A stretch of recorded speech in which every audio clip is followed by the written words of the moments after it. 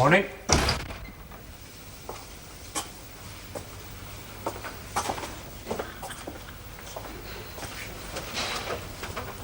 Did Thelma explain about last night? Because if she did, you must understand it was all an accident, so it's pointless sitting there in a black off. What did she say then? I'm not talking to you. Well, you might as well. It's going to be a long wait. There's a broken collarbone in there at the moment. And there's this gentleman. Well, I shan't be long. Well, you never know, do you? Might be worse than you think. Not too clever to me. Well, I've only come for the wife's prescription. Oh, well, it can still take an age. Look, Bob, talking to me is better than a 1967 edition of Autocar. Did she explain?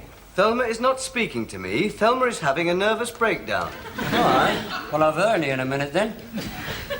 When she arrives, you fancy making up before the solo? If it wasn't for this bad hand, I'd smash your face If it in. wasn't for mine, I'd smash yours back. I offered you my hospitality. I offered you my house because I felt sorry for you. I even came up there this morning to make you breakfast.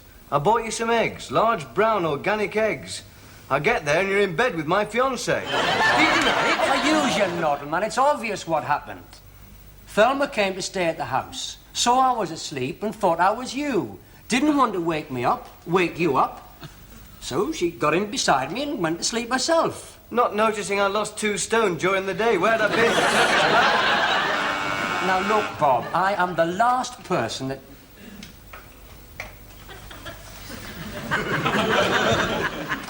I am the last person in the world that Thelma would want to cuddle up to. That's why she's having a nervous breakdown. Not because you found out she was in bed with me. Because she found out she was in bed with me. Now, I'm right, aren't I? I don't know. I swear it, honestly. Hope to die. Nothing happened? Not so much as a nudge. How's your hand? I think the finger's broken. No, it isn't, not if you can wiggle it about like that. Well, it's very sore. And so is mine. You better get that hatch of yours seen to. Mind you, the main reason I'm here this morning is to get some malaria pills. You can't have malaria. From the services. I was 2 years in the Mediterranean, you know. I'd have thought you'd have webbed feet, not malaria. She's not really having a nervous breakdown, is she? Well, she's very upset. I'll have to go round there and make it up. Again. Ah, they're funny women, aren't they? If it's not one thing, it's the other. Usually the other. I seem to have been through so many hang-ups since you got back. Oh, I'll have to go away. It's the only answer. I'll have to emigrate. Oh, it's not you, mate. Not really. Well, I'm glad you appreciate that. Well, I can see her point. I mean, I do understand. I mean, you do represent a threat. You're the past. You're what we used to be. The lads. Knocking it back and putting it about. Can't she see that that is all over? Well, she's got to be made to. She's got to realise that you're just a friend now, not my bosom companion. She's my partner in life now. She's the one I'm going out to work for and building a future for and giving up all my spare time for. Except Fridays, of course. Well, yes, except Friday. That's always been lads' night. And what about Tuesdays? Tuesday's dart match. Yes, well, Tuesday's darts, isn't it? And midweek football. Well, obviously we'll be going to that together. But she's got the rest, except Sunday lunchtime. And that isn't enough, dear me. They're so demanding, aren't they? Oh, well. Look, you do believe me about last night, don't you? Yeah, sure. You and I could have a swift half later on, seeing as she's having a nervous breakdown. You're on. Shake. Shake. It's a game, though, isn't it? Don't tell me, mate. I've been through it all. Everything's such a drama. Certainly wasn't my marriage. Cheers. That's an our argument, so we can never understand each other. What with her being German and me being English. Well, couldn't she speak any English at all? Oh, she had a few useful phrases, like, where are you going, what time are you coming back, give us some more money, that sort of thing. Thelma gets so hysterical. It's your female insecurity, of course. She was like this when I broke it off 6 months ago. You broke it off? You mean again, after the first time? And there's been once in the middle. Well, you can hardly blame her for female insecurity, can you? Poor cow. I mean, poor ass. She can't know where she is. Now you see it, now you don't. She must feel like Pavlov's dog. Like what? Pavlov's dog, you know, they used to ring a bell and take its dinner away. I thought Pavlov was a ballerina. Very probably she was, but she had this dog that didn't know what was going on. Oh, not as bad as that. I mean, every couple has their ups and downs. I mean, you just got to be cut and dried. People have to be sure in their own minds. And why did you break it off the last time? The irreconcilable differences. So how come it's all on again? Well, our name came up on the housing list. Oh, now, Bob, please. Look, I've got no axe to grind. I'm not trying to stir things, but that is hardly a basis for marriage, is it? Loving someone, needing them, putting them up the stick, fine. But you don't get married because some bloke on the council writes and tells you your numbers come up. It's not as bad as that. That was the past. There's no doubts now, no uncertainties. I see. So at this moment in time, that little ring, after its many journeys up and down her digit, is firmly in place. Yes. The bands are being called tomorrow, and all the invitations have gone out. Oh, well, that's it, isn't it? There's no point in discussing it. What with the printer's charges and the cost of an announcement in the Northern Echo, it represents too large an investment. Can't let that go to waste. Look, I've looked into this question of marriage very thoroughly. I'm well aware of the dangers of marrying for the wrong reasons. There's some people round here who get married just so they don't end up spare at the football club Christmas Eve dinner dance.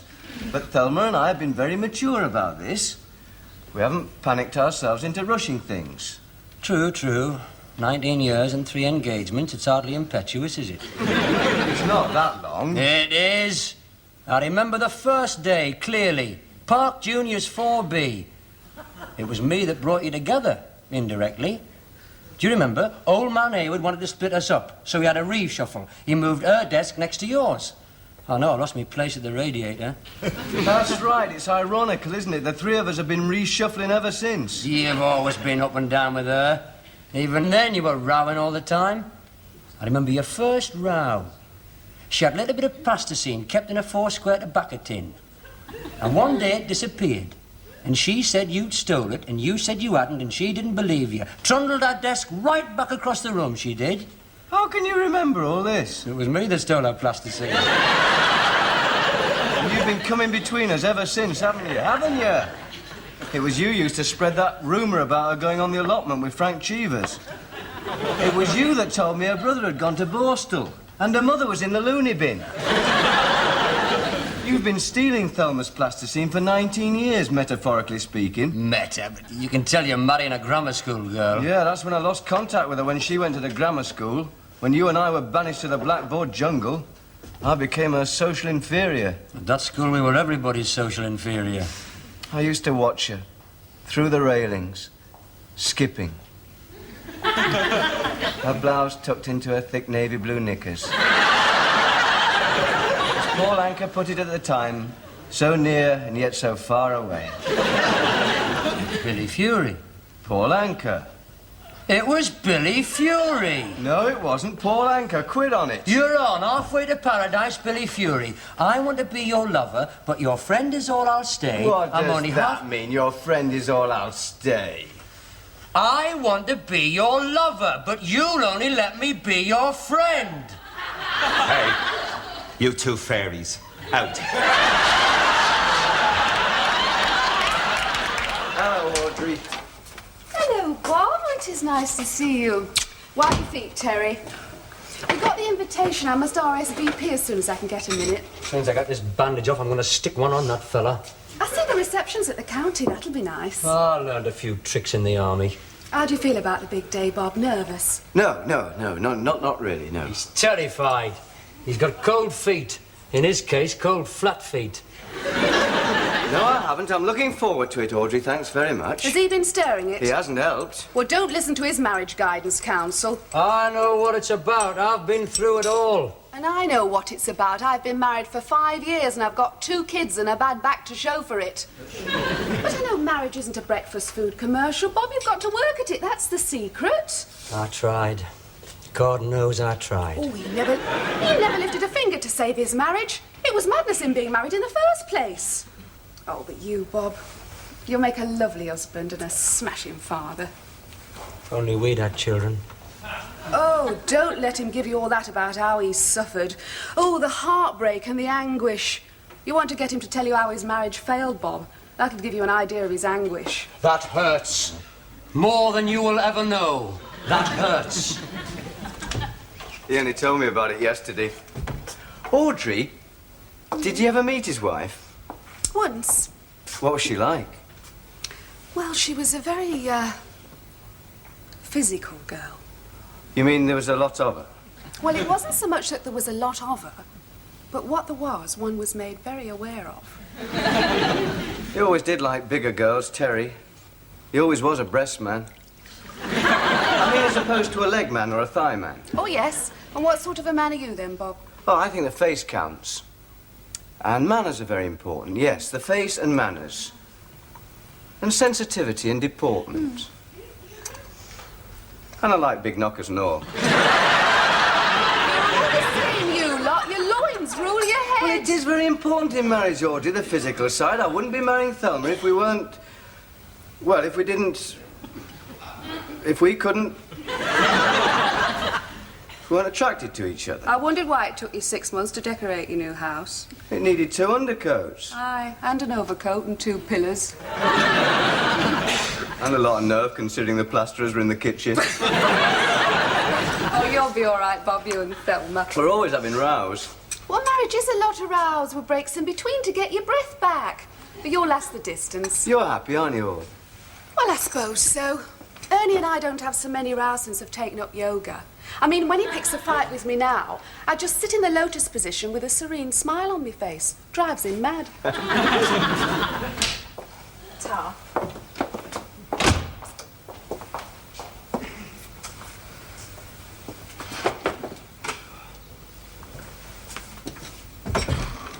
Terry, What?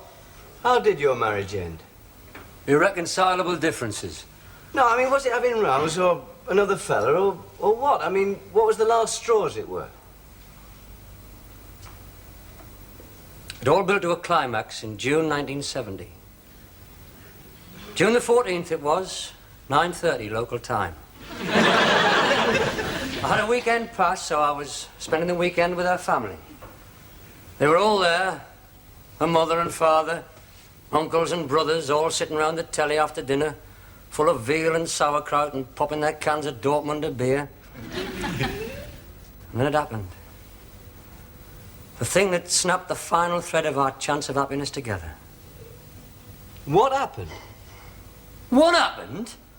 On June the 14th, 1970, I would have thought that that date was indelibly printed on every true Englishman's mind. England 2, West Germany 3. That was what happened. Oh, God, aye, of course. Have you any idea what it was like to be in Germany that night, West Germany? Especially after being 2 up. I mean, after the second, I was out of my mind. I was on the sideboard singing Rule Britannia. And then the shame, the humiliation. And them all leaping up and down, their eyes glazed with national fervour. I thought they were going to invade Poland again. Don't. I've only just learned to live with it myself. You can imagine what it was like for me. I just got up, went quite unnoticed, got me bag, and walked out of her life forever. Well, I think I would have done the same. It was bad enough here. I can't say I blame you, mate. I had to go to bed and lie down. For 2 weeks. So that was that. Takes a long time to get over something like that. Of course it does. You can't just shrug it off and forget it. Back to square one and start again. Pick up the pieces. Start afresh. Mind you, I think Chivers has made a difference. Do you want me to come over? Well, it's up to you. I didn't say that. Do you want me to come over? Oh. You don't want me to come over? I do. That's why I offered to. God preserve us. I only said that in case you didn't want me to. But I want to. That's why I offered to. Well, I didn't just come round in case you didn't want to see me, or you were lying down, or having one of your migraines. I didn't say one of your migraines. I said one of your migraines. Love is a many splendid. No, it's, I'm not with Terry, sweet. It's the wireless. I'm round at Audrey's. I'm just having tea with Audrey. Early spring. No, she can't talk to you at the moment. She's in the lotus position. Love is the way of giving. Hang on a minute. I'll just turn the sounds down, pet. Will you shut your stirring... That's better, Thelma. Thelma? Oh. She rung off? Yes, she has. She's rung off. Thanks to you, she's rung off. Just as well. There's no end to conversations like that. So are you? Am I what? Going over. Are you going over? You're not going over. You're not going over, because if you did go over, you might wish you hadn't gone over. Oh, shut your face, Terry. Oh, I do wish you'd come down from there. It can't do you any good, you know, all that yoga. You'll do yourself a permanent injury. Is she still upset, Bob? She doesn't want me to go over. Ah! She stopped work on that cardigan she was knitting me. Oh, down needles, has she? Terry. It was a fawn one for weekends. I hate people who wear cardigans. Oh, like your father, I suppose, and your granddad and all your uncles, because they all wear cardigans. Not that sort of cardigan, your sort, the sort Thelma will be knitting you. All wiggly, chunky wool, and beige, and fawn, and rugby clubs, and Sunday morning open-air drinks, and barbecues, and cocker spaniels, and gin and tonics, and cross and black wolves. Oh, he's the original angry young man, isn't he? Except he's about 10 years out of date, like his hair and his shoes. What is that supposed to mean? You're a knocker. Terry Collier, the alternative voice. Yeah, except people like him don't offer an alternative. They're just against things, everything. Not just other people's cardigans. I am against the things that threaten my liberty. I don't want to be submerged. I don't want to be suffocated by society, by conventions, by... Marriage. Go on, say it. That's what all this is leading up to. Pardon? Marriage, you know, this blessed union, holy wedlock. This is just another of your not very subtle attempts to kick me in the matrimonial groin. All I am trying to do is warn friends, very close friends, about rushing into things which I have learned through bitter experience to think twice about. I know all about holy wedlock. Holy necklock. Do you submit? Do you submit? Yes, well, your marriage might have been like that, a match paid for points, but my marriage is going to be a thing of joy and great beauty. No wonder yours never got off the ground. There's too much meanness inside you. Absolutely. Too much aggression and hostility. Absolutely. No wonder your marriage failed on the strength of a late Gerd Muller goal. I tried. God knows I tried. Oh, do you think that was I shouldn't have said that, should I? You think that was a bit unkind? Don't fret on his behalf, Bob. He's only gone out to get the chocolate biscuits. I do worry, though, you know, Audrey. I do worry. I mean, look at all the friends we know that have split up. Oh, we all left school together. We all had engagements together, all had 21st together. Now everyone's separating. I mean, I'm just getting it together, and all my contemporaries are getting it apart. Well, don't count out Terry. Oh, I don't mean him. I mean all sorts of people. Even the Sandersons have split up. Never. True? I'm surprised they could find the energy. Their marriage was as dull as a Welsh Sunday. Their divorce wasn't. Frank Clark's left home, ran off with an usherette from the Regal. He always carried a torch for her. I nearly left Ernie a few years ago, but I couldn't find the time. Tony and Ord, Doug and Glennis. What happened there? They all went on a cruise together. And that was a finish? Yep, now it's Doug and Ord, Tony and Glennis. And you're having your banns read tomorrow with all these warning lights flashing round you? Yeah, I better be off and all. I'm supposed to be seeing the Reverend Gordon about the details. Gordon? The Gordon? I thought the vicar's name was Newman. Oh, didn't you hear? He left his wife. The vicar and all? There's nothing sacred. Yeah, it was in all the local papers. He ran off with a petrol pump attendant. He left a wife, 3 kids, and 21 books of Green Shield stamps from his courtship. Thanks for the tea, Audrey. I hope everything goes all right tomorrow, Bob. I see you in church. What? You what? You're not coming, are you? Well, I thought I'd pop round. Hearing's believing. What for? I don't want you there. You're up to something, aren't you? You're not going to come up with any just impediments, are you? Just depends. Does Frank Cheevers on the allotment come under that? You cock things up for me tomorrow, mate. I'll smash your at it bad hand and no bad hand. That's put the wind up his bands. What are you going to church for? Can you remember the last time you were in church? Aye, clearly. There was this fella splashing water all over me head. Aren't you? Don't worry, there's only one reason I want to hear those bands read. What?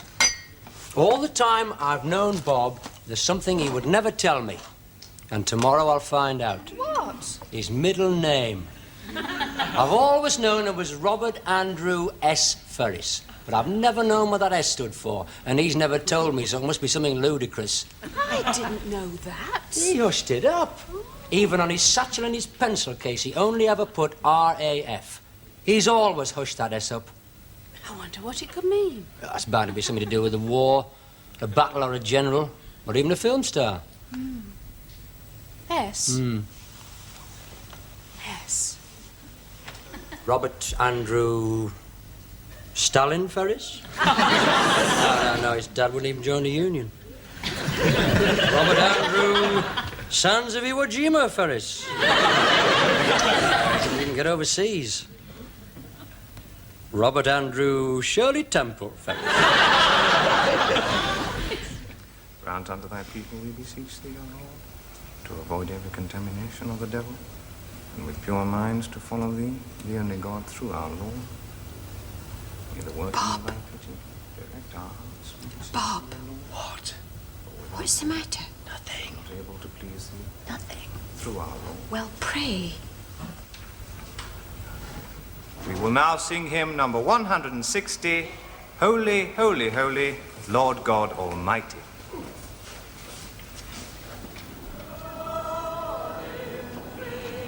Hey, you're still a collier's lad, aren't you? Young Terry, is it? Not as young as I used to be. How are you then? Fine, fine. They tell me you're at services. Aye, I was. They've kicked off in there, have they? About half an hour ago. You're not going in there, though. Certainly I am. Well, God moves in a mysterious way, has wonders to perform. Hey, listen to that. I remember that one. Holy, holy, holy, Lord God Almighty. That was a hit in my day. Hey, did you hear about Reverend Newman? He loses his pension, you know. Yes. Look, I better get in. I don't want to miss the sermon. So find a seat up back. You doing good business, are you? Aye, champion. See you then. Who wants seats? Who wants seats?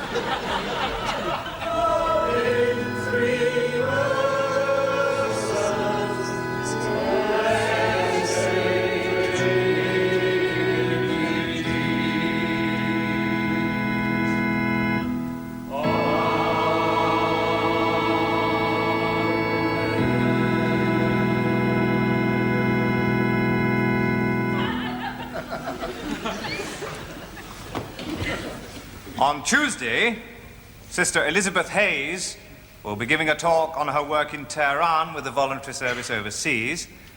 And on Saturday, of course, it's our jumble sale.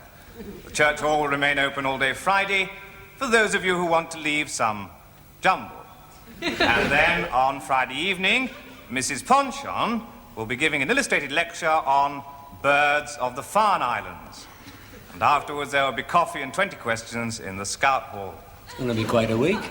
I published the banns of marriage between Judith Mary Caldecott, spinster of this parish, and David St. John Pierce, bachelor of the parish of Christ Church, Purley.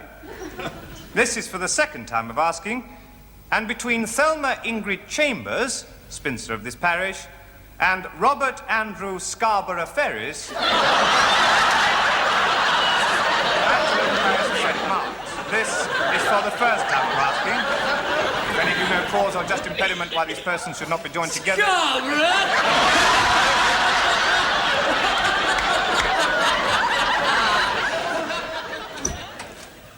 Morning. Probably got the bandage off, have you? Yes. Aye, me and all. Well, the deed's done, the bands are read, countdown's commenced. 10, 9, 8, Very 7. witty. How's Thelma? Thelma is not speaking to me. God preserve us. Now what? Now what? You reduced that service in that church yesterday to a shambles. You made that service a laughingstock. Thelma said she's never been so embarrassed. Well, don't blame me, mate. Don't blame me. Blame your parents. Why? Why Scarborough? That was where... That was... They told me once that that was where I was... Where I was... conceived. Get away. Yes. And they could work it out that precisely? Apparently. Did they only have it off on summer holidays then?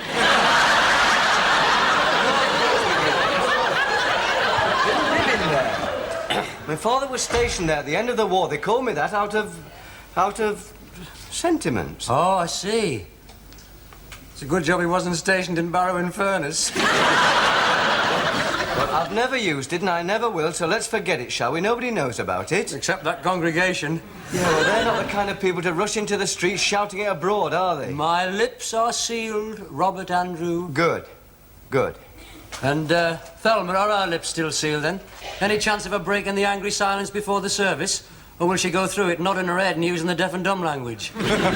We just had a little row, that's all. Nothing serious, nothing I can't handle. Nothing you won't get used to. I'm going through with it, you know. Oh, I know. Don't tell me, mate. I've known since 4B. Your fate with her was sealed before you're 11 plus. One of the things about the last few days is give me a chance to iron out any last-minute doubts. I'm grateful to you. You've given me a chance to re-examine. Well, I have. I've re-examined. I've reappraised.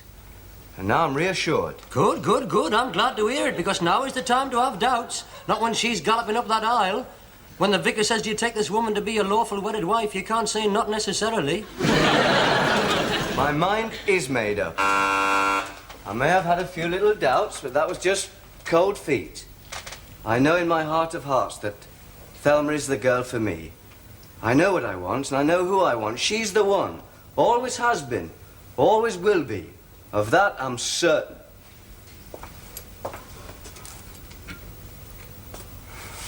I think.